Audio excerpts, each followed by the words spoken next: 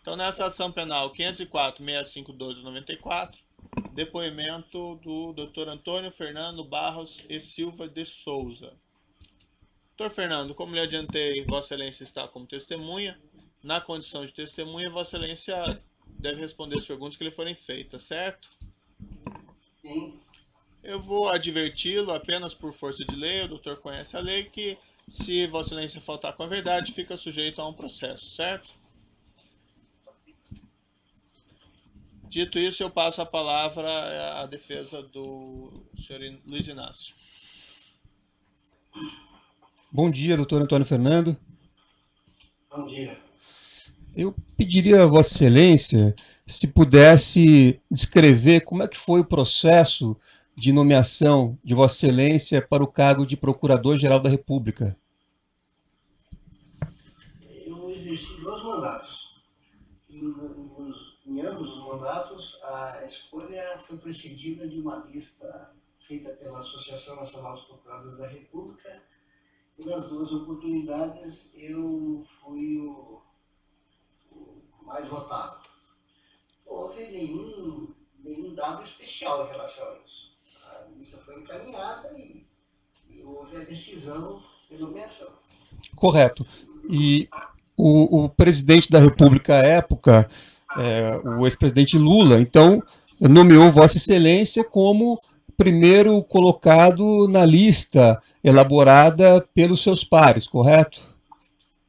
Exatamente isso. E na verdade, essa medida havia sido adotada na escolha do Procurador-Geral da República anterior a Vossa Excelência, Dr. Cláudio Fonteles, de forma inovadora, correto? Exatamente. Uma lista que era informal, mas que foi acolhida na primeira escolha do ex-presidente Lula e nas 2 seguintes, na primeira vez com o Dr. Cláudio Fonteles e nas 2 seguintes em relação a mim. E na sequência em relação ao Dr. Gurgel, que me sucedeu. Quer dizer, pode-se dizer então que o ex-presidente Lula respeitou a vontade da categoria, a vontade do Ministério Público Federal ou o Ministério Público da União, que elaborou a sua lista e apresentou ao então presidente da República, e essa lista foi acolhida com a nomeação de Vossa Excelência e dos demais procuradores da República durante os 8 anos do governo do ex-presidente Lula.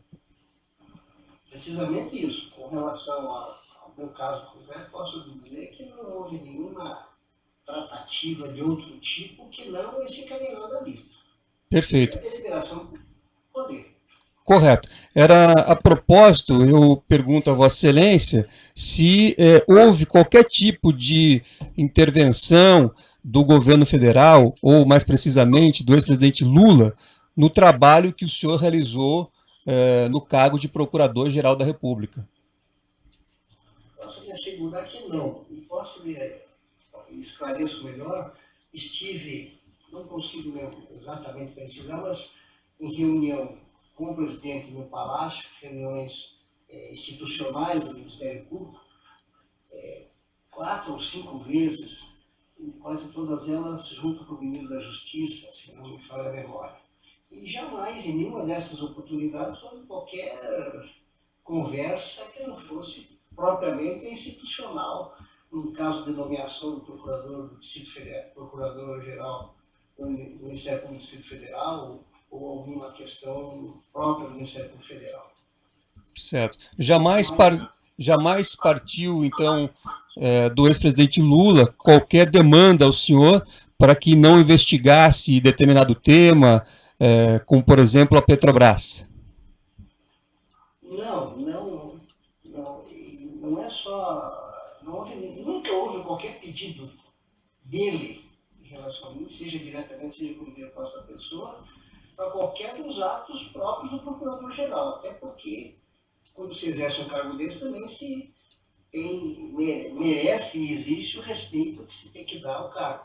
Nem questões de natureza, ações diretas de constitucionalidade, ações civis de outra natureza, mandado de segurança ou matéria penal. Jamais houve, no artigo dele, qualquer iniciativa e pedido nesse sentido. Perfeito. E o senhor pode dizer se, durante o período que o senhor exerceu o cargo de Procurador-Geral da República, e mesmo depois, como membro do Ministério Público Federal, se durante os 8 anos de governo do ex-presidente Lula, houve medidas concretas, objetivando o combate à corrupção?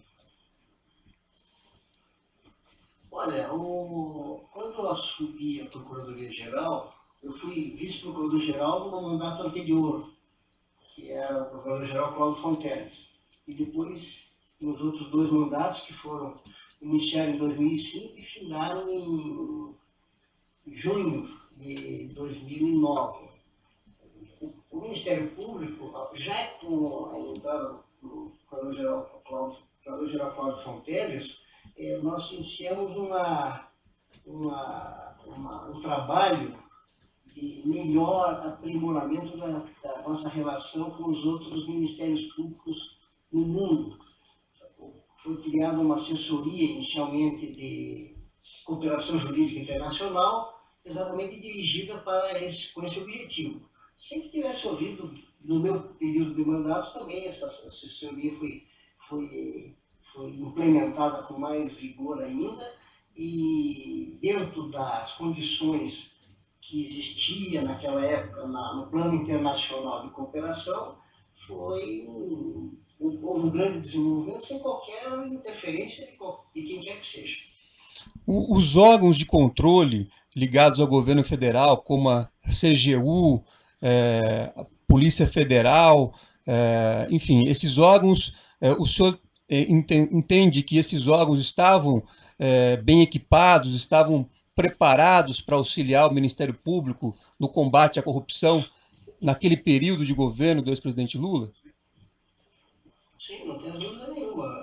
Então, muitas iniciativas foram adotadas de aprimoramento nos procedimentos de investigação, em diálogo com a Polícia Federal, seja no período do Dr. Lacerda, seja no Dr. Luiz Fernando. Tivemos algumas iniciativas juntas no sentido desse aprimoramento, que evidentemente, volto a insistir, diante do quadro internacional de cooperação que era possível, que a passar dos anos houve um aprimoramento ainda maior, com mais facilidade de troca de informações. Mas para aquela época não houve nenhuma dificuldade e nós sempre trabalhamos nesse sentido.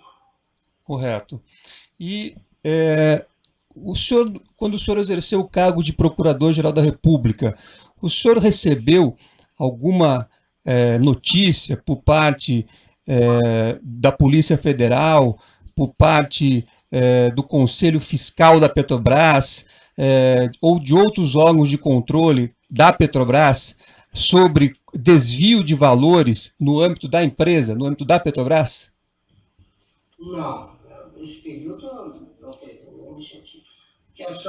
Um inquérito que eu instaurei, depois resultou na ação penal 470, tudo que podia ser feito em termos de investigação naquela época se fez, e não se chegou, naquele momento, a nenhum dado que pudesse envolver ilícitos vinculados à Petrobras.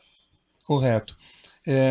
A propósito da ação penal 470, o senhor teve, como já narrou aqui, plena liberdade de investigação, o senhor tinha os órgãos de controle, Polícia Federal funcionando, quer dizer, em algum momento foi apresentada ao senhor qualquer prova que pudesse envolver o ex-presidente Lula naquelas condutas que foram objeto da denúncia que o senhor ofertou e que deu ensejo à instauração da ação penal 470?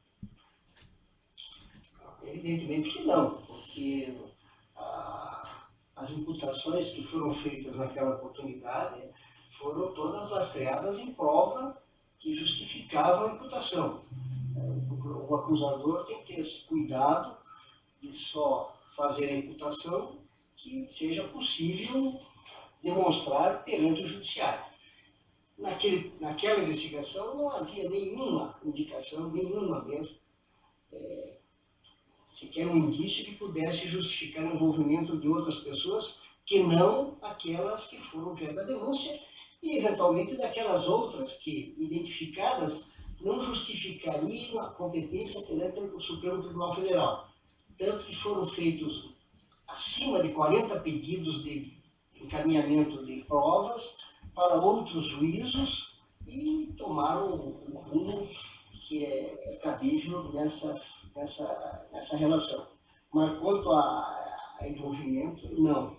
E, além disso, depois do oferecimento da denúncia, foram ajuizados alguns pedidos perante a Procuradoria-Geral, especificamente em relação à eventual conduta do presidente Lula, e neles eu despachei por escrito, dando as razões pelas quais não havia nenhum fundamento para aquela iniciativa. Correto. Então, mesmo com toda a investigação, quer dizer, não houve nenhum apontamento que pudesse envolver o nome do ex-presidente Lula, e por isso o senhor não o incluiu na denúncia e nem nos atos subsequentes, correto? Exatamente.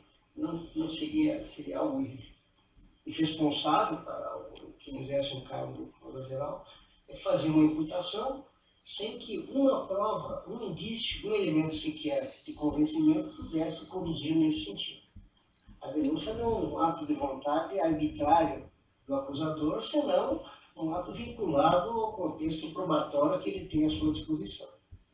Correto. Nessa linha, o senhor deu uma entrevista no dia 17/8/2012 ao portal G1 e disse que processar Lula seria um ato político. Isso decorre justamente dessas colocações que o senhor fez há pouco, ou seja, não havia nenhuma prova, logo o Lula não poderia ser processado, correto? Sim, quando exerci o cargo, eu procurei manter a minha conduta pautada exatamente nesse comportamento. Se tiver elementos probatórios que indiquem a existência de um ilícito, deve-se oferecer a denúncia, ou, se não é o caso ainda, deve pedir abertura de inquérito. Agora, inexistindo, não se pode praticar nenhum ato que somente para comprometer politicamente determinada pessoa. Jamais fiz isso. Correto.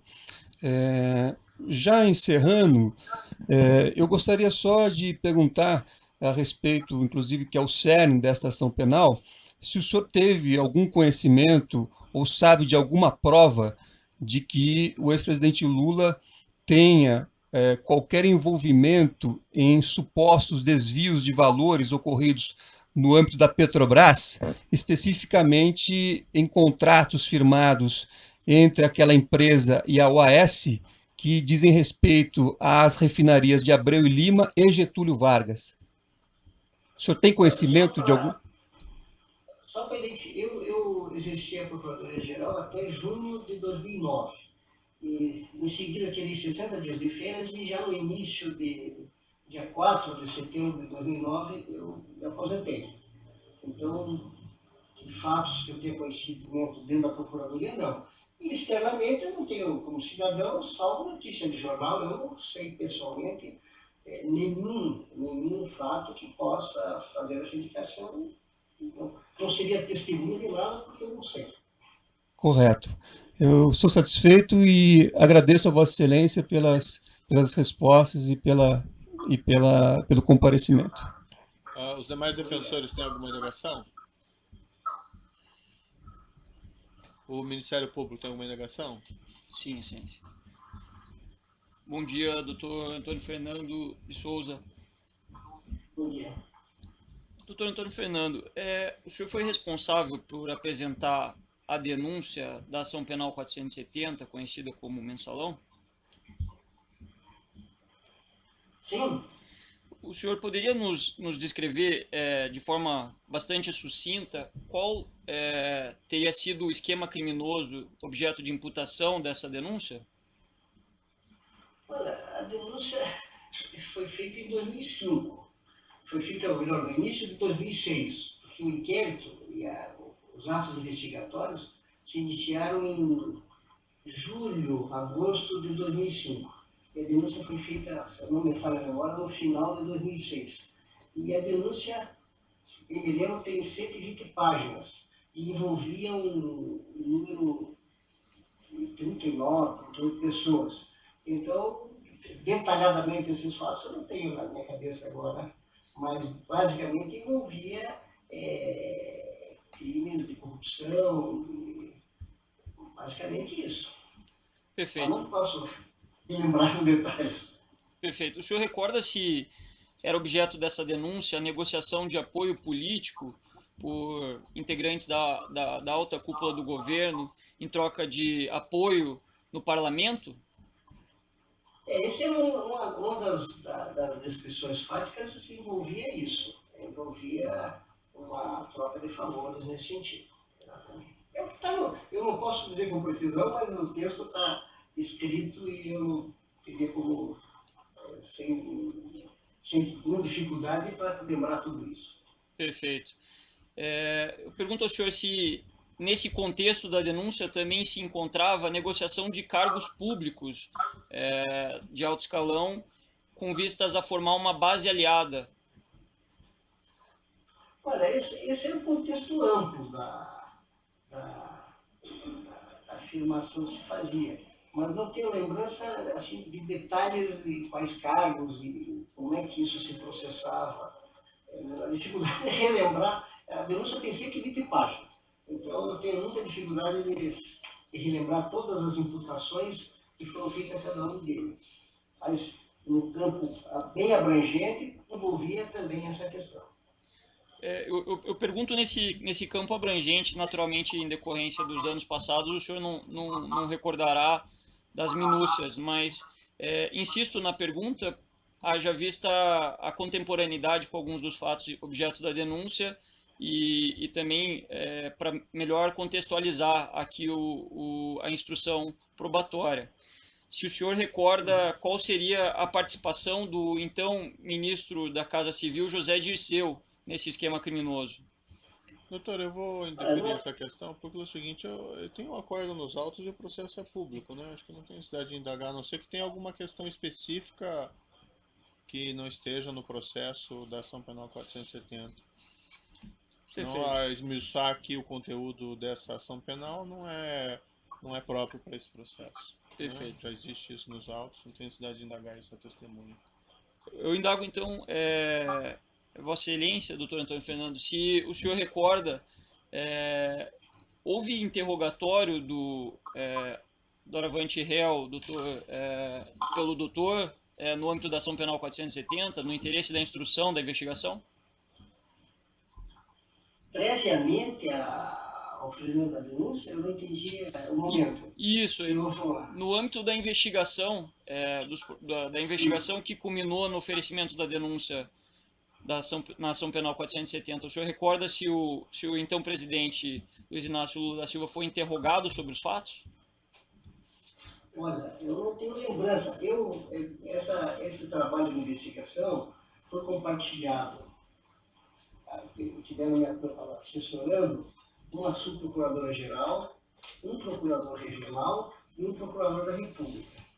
Esses atos de instrução que envolvia ouvido de testemunhos, de pessoas, exame de documentos, grande parte eram feitos por estes. Inclusive, esses membros do Ministério Público acompanhavam também a CPI que estava instaurada no Congresso. Agora, eu não tenho lembrança se houve... Eu com certeza não fiz, salvo se foi pedido informações. Agora, isso teria que ver nos autos, eu não tenho lembrança. Então, o senhor não recorda se houve ou em havendo, qual teria sido a versão apresentada pelo ex-presidente sobre esses fatos? Senhor juiz, eu queria começar com relação à pergunta, porque, evidentemente, como Vossa Excelência mesmo disse, se houve interrogatório ou não houve interrogatório, o que ele disse ou deixou de dizer, isso está no processo, está nos autos. Quer dizer, e é óbvio que a testemunha não vai se lembrar depois de 15 anos, de 10 anos dos fatos, 11 anos dos fatos. Então, eu protesto contra a pergunta, que ela é inteiramente impertinente e pode ser demonstrada por prova documental que está no processo. Doutor Jorge, não necessariamente esse interrogatório pode ter instruído a denúncia, eis o motivo da indagação. Só complementar a questão levantada, na verdade, a testemunha já esclareceu que o ex-presidente não foi denunciado. Logo, ele não foi interrogado. Então, se não houve denúncia contra ele, já está embutido na resposta que ele não foi interrogado. Não necessariamente, doutor. Pode ter sido interrogado, inquirido e não... Certo. Doutor, eu só achei pouco prejudicado, porque a testemunha já disse que não se lembra, né? Perguntei Então, assim, Talvez a segunda questão foi só no sentido de se, embora ele não recorde de um interrogatório, se ele recorda da versão apresentada pelo réu. mas se ele não se recorda do interrogatório? Não, mas é que ele pode não ter recordado o interrogatório, o procedimento formal de interrogatório. Né? Bom, Excelência, a testemunha já disse que tomou todas as medidas à época para investigar os fatos. Então, é colocar em dúvida o trabalho feito pela testemunha à época, me parece. Doutor, Nessas tem mais perguntas. outra pergunta? Se ele não se recorda do interrogatório, não tem como perguntar da versão, né? perfeito. Então eu dou por satisfeito, excelente. Auxílio de acusação, tem alguma pergunta? O juiz tem 2 esclarecimentos aqui a serem colocados. Doutor Fernando, no período em que Vossa Excelência foi procurador-geral, o doutor se recorda se direto ou indiretamente recebeu alguma notícia-crime ou algum pedido de solicitação vindo da Presidência da República para apuração de eventuais crimes havidos na Petrobras? Vossa Excelência me permite colocar Não, o protesto doutor. da defesa? O protesto da Doutor, defesa. pode protestar, mas qual que é o Porque protesto artigo agora? 212 do Código de Processo apenas permite a Vossa Excelência complementar a inquirição, fazendo perguntas sobre pontos não esclarecidos. E Vossa Excelência está trazendo um fato novo, e com isso Vossa Excelência viola o princípio do contraditório, porque é um fato novo sobre o qual nós não podemos perquirir a testemunha. A defesa perguntou se ele teria recebido notícia-crime sobre esses fatos da polícia ou da Petrobras. Então, como isso é um fato novo? Que eu estou indagando Isso é um agora. fato novo? Porque É um fato novo, doutor. Ninguém perguntou sobre notícia-crime do Presidente da República para, enfim, a Procuradoria. Está registrado sua questão e o doutor está Fica o equivocado e protesto está da defesa, indeferido. Porque a pergunta de Vossa Excelência viola o princípio do Não, contraditório. doutor, não viola nada. Viola na interpretação da defesa, que não faz o menor sentido nesse caso. Porque o artigo 212... Está indeferida a permite questão Vossa de Excelência ordem. formular esse tipo de Está pergunta. indeferida a questão de ordem. Já coloquei. Certo? Pois é, mas Vossa Excelência impõe... Doutor, está indeferida a questão de ordem. Uma equivocada. Doutor, vai continuar falando até o final da audiência? Olha, enquanto Doutor for necessário Antônio. para o princípio da ampla defesa, eu vou continuar falando isso. Doutor Antônio Fernando, como eu indaguei, algum momento durante a sua gestão, o doutor recebeu alguma notícia-crime ou solicitação da Presidência da República para apuração de crimes havidos na Petrobras? Só antes de responder, só um esclarecimento que talvez em relação à pergunta anterior, que o critério que eu adotava, como também o Dr. Cláudio adotava, em relação a representações, em relação a autoridades, senadores, deputados, ou ministros, sempre que recebia uma representação, eu fazia um encaminhamento por ofício pedindo informações. Então, pode ser, eu não tenho certeza, de que isso tenha acontecido naquele caso em relação ao presidente. Só para dar esclarecimento, mas eu não tenho absoluta certeza. Em relação a qual caso, doutor? Desculpe. A questão anterior, saber se foi inquirido, não foi, se o presidente Lula foi Ah, inquirido sim. ou não. Perfeito. Eu só digo, pode ser que eu tenha adotado esse procedimento, não tenho certeza. Mas se tiver, está lá nos autos. E com relação à pergunta de Vossa Excelência, não tenho lembrança.